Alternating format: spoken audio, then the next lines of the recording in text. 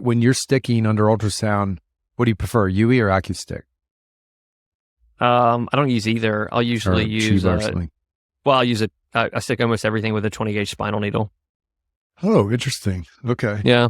And then you do I have done both. A lot of times when we're setting up, the tech will hand me like an AccuStick needle, and I'm like, give me a UE. I just want to, because I don't like the whole process. I don't think it's necessary. I think I can see the UE better under ultrasound.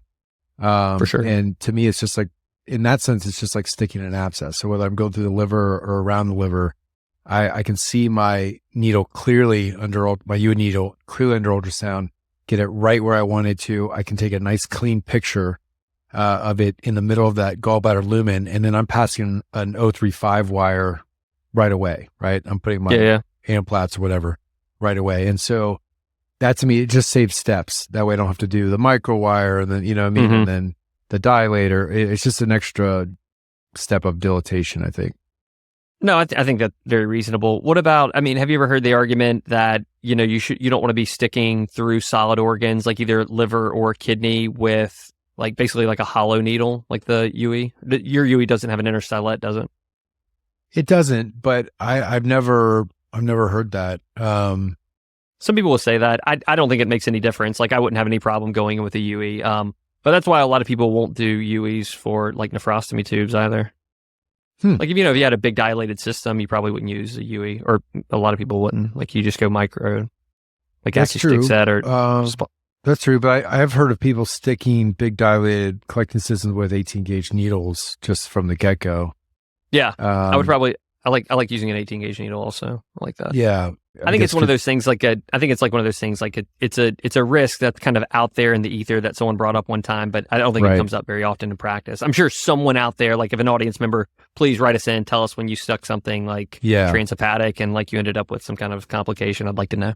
Well, it's the inferior tip of the right hepatic lobe, so the vessels are going to be small down there anyway. So I don't know if I'd be worried about bleeding, or I guess that's all you would really worry about, right? It's just just bleeding, bleed or pseudoaneurysm or something. And I also wouldn't worry about it. But I use a 20 gauge needle only because I almost stick everything with a 20 gauge needle. I don't like the AccuStick sets. For ours, the needle's always 15 centimeters, which rarely I need. It's way too long for a cholecystostomy tube.